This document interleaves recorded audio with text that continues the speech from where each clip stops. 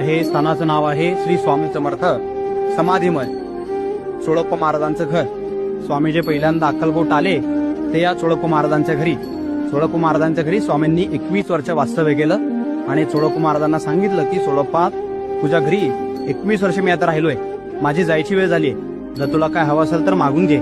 21 वर्षाच्या सेवेच्या बदल्यात तुला मला काहीतरी भेट म्हणून द्यायचं आहे, जी माझी आठवण म्हणून तुझ्यासोबत राहील. तर चोळप्पा महाराजांनी कुठल्याही संपत्तीवर, पैशावर आशा न ठेवता स्वामींना सांगितलं की स्वामी, जर आपल्याला काही द्यायचं असेल, तुमची समाधी माझ्या घरी. जसं गेले 1 वर्ष माझ्याकडनं आपली सेवा झाली, तसंच माझ्या पुढच्या पिढीकडनंही आपली अखंड गोसेवा वर्षानुवर्षे पिढ्यानपिढ्या झाली पाहिजे. म्हणून मग ह्या चोळप्पा महाराजांच्या हट्टाखातीर स्वामींनी चैत्रवद्य त्रयोदशी 30 एप्रिल 1878 रोजी हे चोळप्पा महाराजांचं काढून मंदिर बांधून घेतलं. हे जे काही दगडी बांधकाम आपल्याला दिसतं, हे संपूर्ण स्वामींनी त्यावेळेस स्वतः समोर थांबून बांधून घेतलेलं म्हणून.